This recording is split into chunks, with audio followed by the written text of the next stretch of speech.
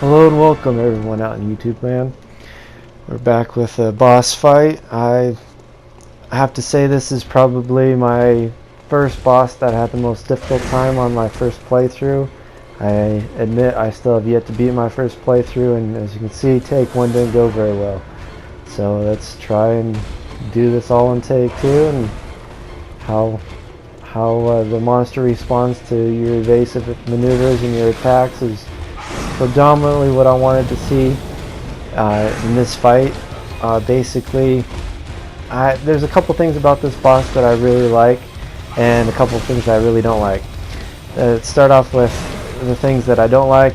Admittedly, the things that I don't like is it's a really high evasive creature, and me being an evasive style of player from Dark Souls and the previous games from this developer, it's not the funnest for me to go against just because it's so annoying, but that's just me being a punk bitch.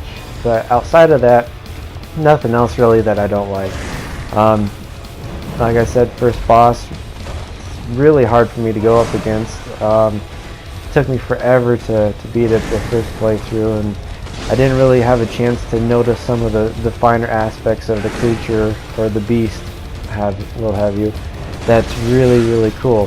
And some of those aspects are that the stage of development of this particular creature with the whole poison effect, and how poison isn't very much of a strong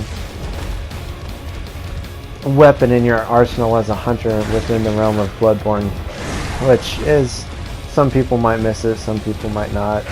It's kind of a cool aspect, but I never really used it. And the other thing is, I really like how she has, I'm assuming it's a she, but the beast has this maiden kind of cloak or whatever you want to call it, that is covering her head and upper back, basically her lats. And what that really is, as far as I can tell, is her own filleted skin pulled back over herself, and I thought that was a really cool concept.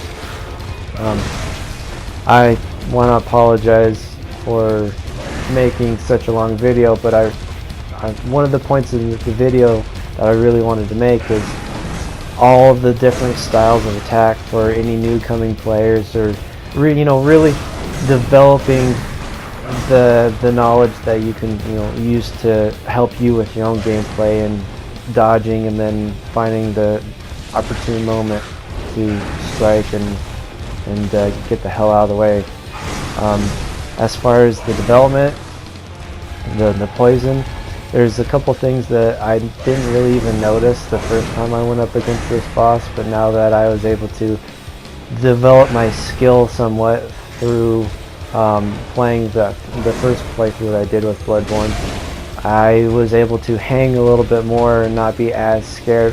Granted, I was still scared, because honestly, this is a freaking intense game, and you got to get up all in the nastiness, get the epic juice on your beard to play.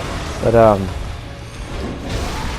it's this poison mist that this beast sends out after you get the damage so far, and you'll see it here pretty soon. And as far as stage development for bosses, I'm really terrible at figuring out what they're doing unless they're attacking my face. And when they're attacking my face, all I need to do is evade. And see right here, terrible. I couldn't figure out what the hell she was doing, and I just got put on my ass like a punk bitch. And this is the poison mist that you can see the particles in the air from her spewing in my forth, from slashing her hide and breaking the poison out of her body, which is really cool. It's a waste of finite subs, but it's really cool nonetheless. There's a couple of those heavy swings that I didn't get that I kind of thought I would, but that's besides the point. Starting off with the fight, I wanted to utilize the fire like I did in order to help preserve my blood-tinged bullets and my blood vials. It helped, I guess, minimally, and I was a little bit more rambunctious about being up in the beast's face with change weapon attacks than I normally am. I wanted to try and get into the whole change weapon style of fighting, along with utilizing the pistol a little bit more than I have been, actually a lot more than I have been in the past. It's a really cool aspect of the game that I feel that I haven't exploited yet to its fullest potential, which sucked a little bit that I didn't have the skill. So it's been a long time developing, and in previous videos you'll see trying to get comfortable in those situations, and honestly I was a little surprised that I was able to last as long as I have without draining all my stuff, because like I said, this particular boss was just a challenge for me. There's one other boss that's as big of a challenge for me as this boss, and hopefully it goes a lot better like this boss did the second go through. But yeah, again, on my ass, like, if they're standing still, I don't know what to do. It's terrible. I'm so used to things clawing my face off in this game to where I need to not be where I am, essentially be out, but thank God for the antidotes.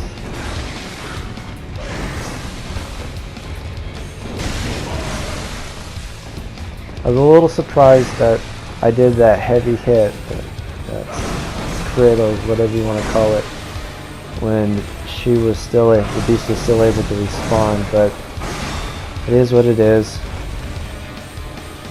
Right here, at this point, I was a mixture between scared and frustrated that I had missed some of my hits, and